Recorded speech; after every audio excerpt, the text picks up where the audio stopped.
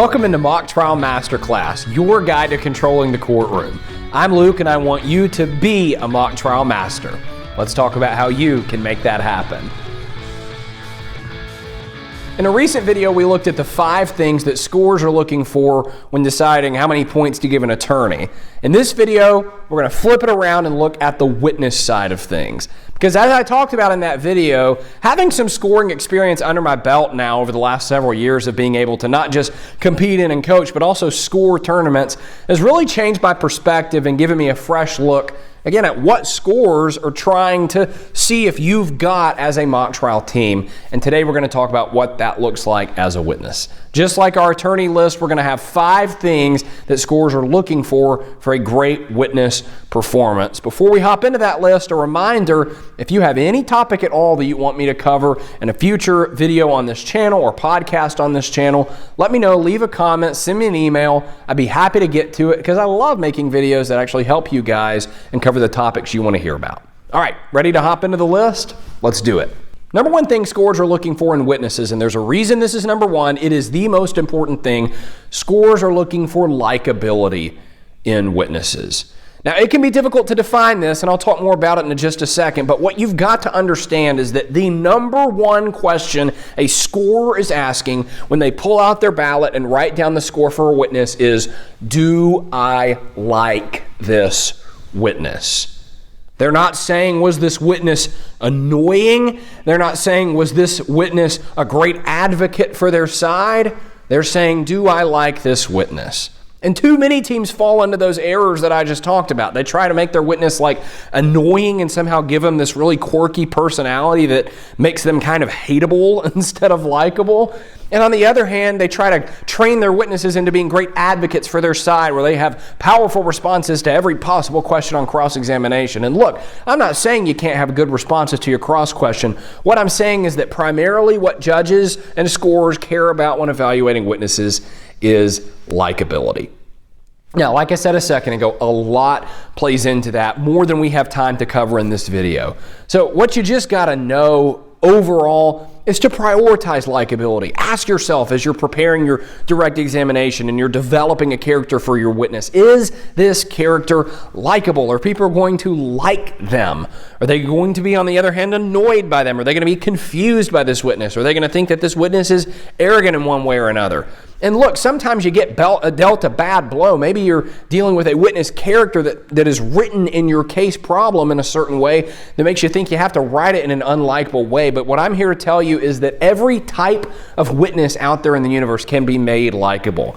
The drug dealer, the arrogant know-it-all doctor, right? As you read that witness statement, you might be thinking in one direction and you're stuck with the facts of your witness statement, but you're not stuck necessarily with the way the witness statement seems to portray your character. You always have power over that. You can always make your character likable. So do it. It's something that judges are looking for every single time. Number 2 thing scorers are looking for in your witnesses is authenticity. I talk about this all the time because it is sometimes a lost art for mock trial witnesses. People aren't looking for cartoon characters in witnesses. They're not looking for someone to pull out a cigar and a bottle of champagne and do a comedy routine.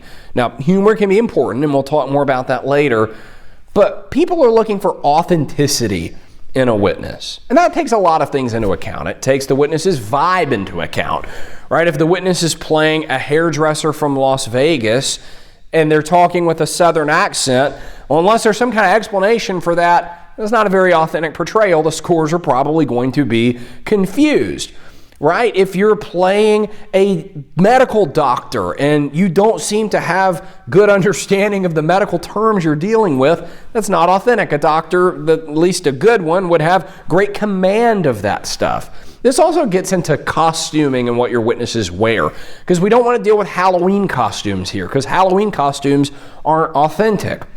A doctor who testifies in court is not going to be wearing a lab coat and latex gloves and a stethoscope, right? They're going to have known that this court date was going to come up. They're prepared for this. They're going to be dressed nicely. They're going to be dressed well for court. They're not going to have like blood splattered on them from a surgery they were in the middle of and said, oh, well, now I got to go to court, right? That's not how this works. Authenticity is the things you say as a witness, the way you behave as a witness, and it's also what you wear as a witness. You've got to prioritize it because that's what scores are looking for. They're asking, does this witness accurately reflect whatever they're supposed to be?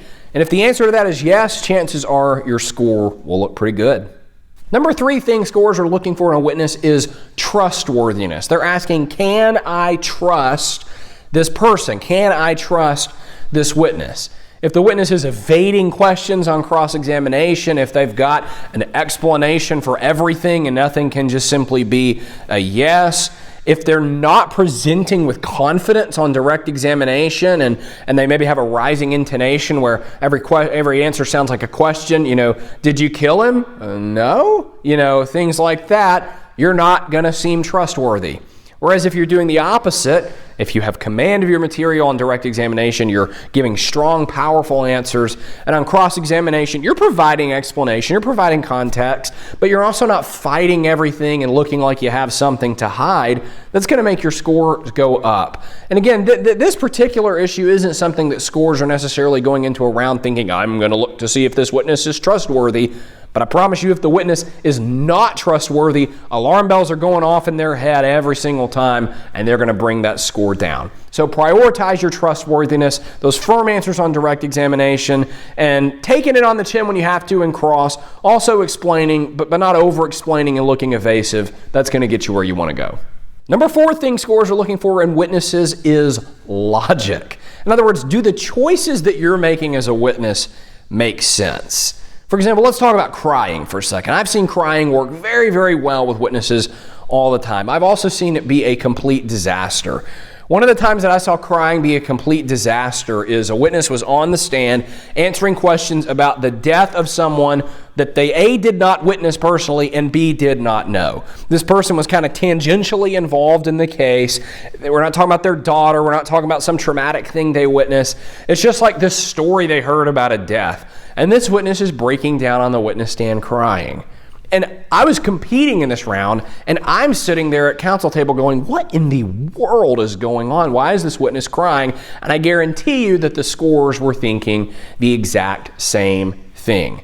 The choices you make as a witness in mock trial have to be logical. Now, you want to have some character, you want to be able to have some fun, and we'll get more into that with our 5th entry on the list. But your choices have to make sense. There has to be logic behind the things you're doing. And that also goes back to authenticity. Would a real live version of someone who's tangentially involved in the case, didn't witness the crime, doesn't know the person who was killed, would they be crying on the witness stand? No, they would not. That's not a logical thing. It's not a logical choice to make. There also wouldn't be a whole lot of logic, and it also wouldn't make a whole lot of sense if you're an expert witness who's really into the science and you're up there cracking jokes and giving a comedy routine, right? Doesn't make a whole lot of sense, not a whole lot of logic to it. So as you make choices for, anything that we've talked about before or anything we haven't talked about, what you say, what you wear, all of that, run it through that filter. Is this logical? Does this make sense? If it doesn't, your score is going to go down. Before we get into the 5th thing that scores are looking for with witnesses, I want to remind you that I am available to come coach you or to come coach your team. I work with teams all over the country all season long to help them develop all sorts of aspects of their case, their witness performances, their attorney performances. I love listening to speeches and seeing how we can make them better, helping develop themes and case theories. If there's any part of your case that you want some help on, I'd love nothing more than to come alongside you guys. Or if you just simply want me to come and teach on a topic that you want to know more about, I'd be happy to do that as well. You can click the link in the description on YouTube or in the show notes on podcast platforms to schedule coaching with me, and we'll make it happen. All right, the number 5 thing that scores are looking for with witnesses, this one might surprise some people, but it's absolutely true, is entertainment value.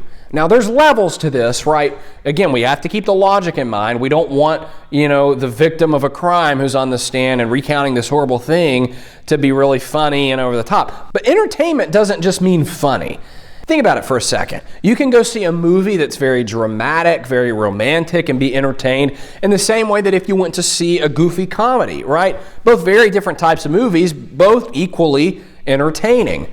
And so entertainment value is going to play really big into your witness performances, because if you don't have entertainment value as a witness, then mock trial can get boring very, very quickly for a scorer. They're not nearly as engaged as you are as a competitor or as a coach.